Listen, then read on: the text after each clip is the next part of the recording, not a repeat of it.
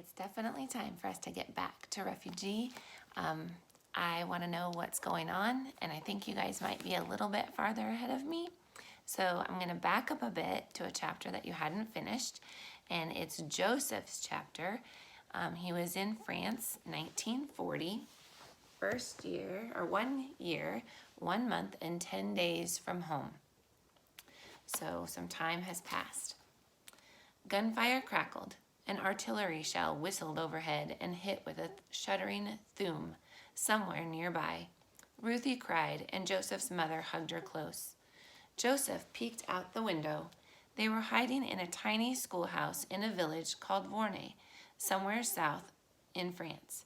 The desks were all in perfect rows, and a long-forgotten assignment was still written on the chalkboard.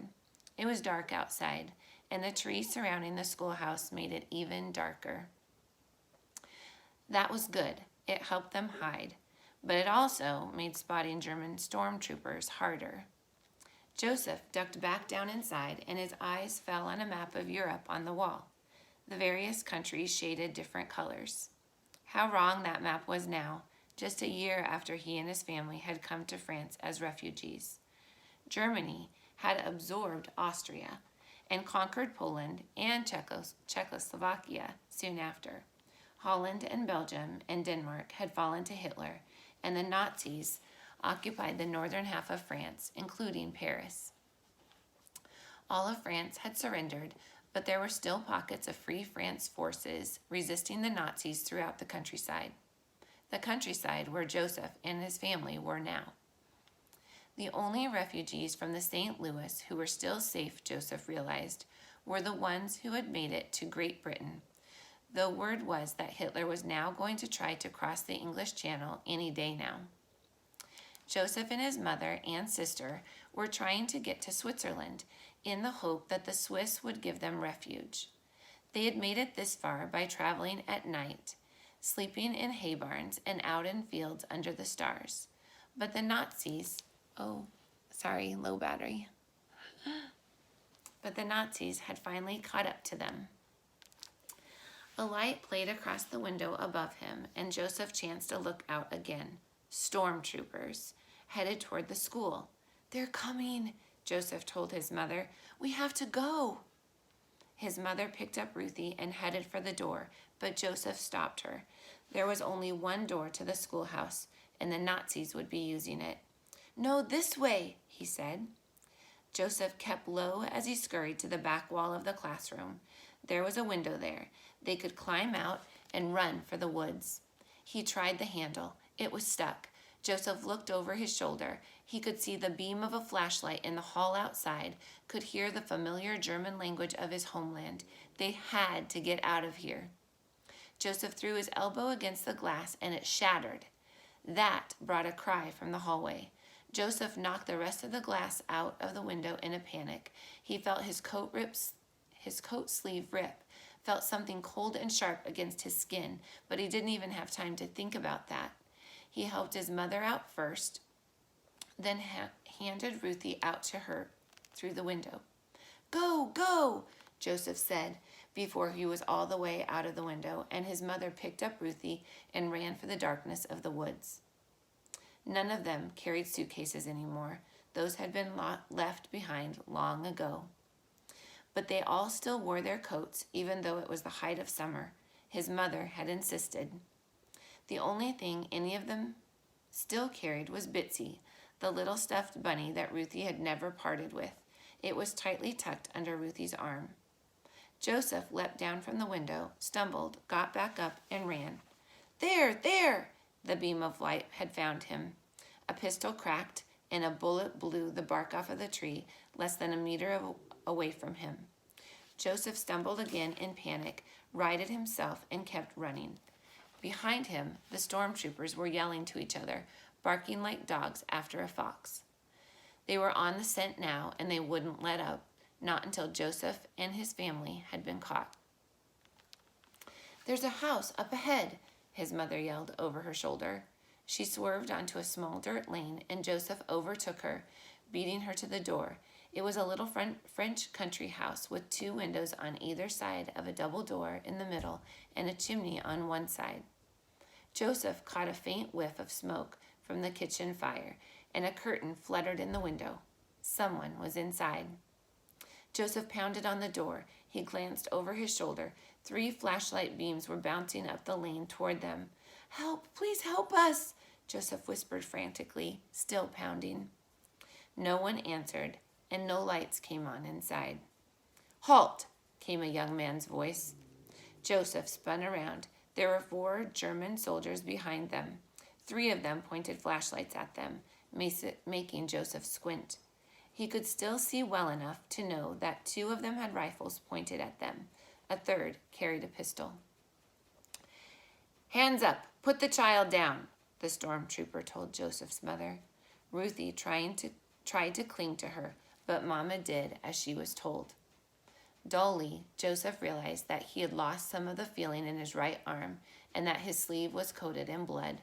He'd cut himself on the window glass. Badly. He squeezed the place where his arm had been grazed by the glass, and the pain was so blinding that it almost made him pass out. Ruthie had her head down, crying, but she raised her little bunny's right arm and said, "Heil Hitler." One of the soldiers laughed, and as he blinked the pain of his arm away, Joseph thought maybe the soldiers would let them go. But one of them said, "Papers." They were in trouble for sure now. Their papers had big letter J's stamped all over them. J for Jew. We don't have papers," Mama said. One of the soldiers gestured at her, and a stormtrooper with a rifle marched up to them and checked her coat pockets. He quickly found the papers she carried for her and Ruthie, and just as easily found Joseph's papers on him. The soldier brought them back to a man with a flashlight, and he unfolded them. "Jews," the man said, "from Berlin. You've run a long way from home." "You have no idea," thought Joseph. "We're going to Switzerland," Ruthie said. "Hush, Ruthie," Joseph hissed. "Switzerland, is that so? Well, I'm afraid we cannot allow that," the soldier said. "You will be taken to a concentration camp like the rest of the Jews."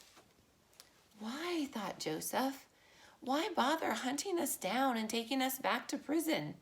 If the Nazis want us Jews gone so badly, why don't they just let us keep going? One of the soldiers came toward them with a gun. "No, wait," Joseph's mother cried. "I have money. French francs." She fumbled inside her shirt where she had kept their money hidden. The bills fluttered to the ground. The soldier moved the bills around with his feet and made a sisking sound. "It's not enough, I'm afraid." Joseph's heart sank. At the chance she might really be able to buy their way out, Joseph's mother became hysterical.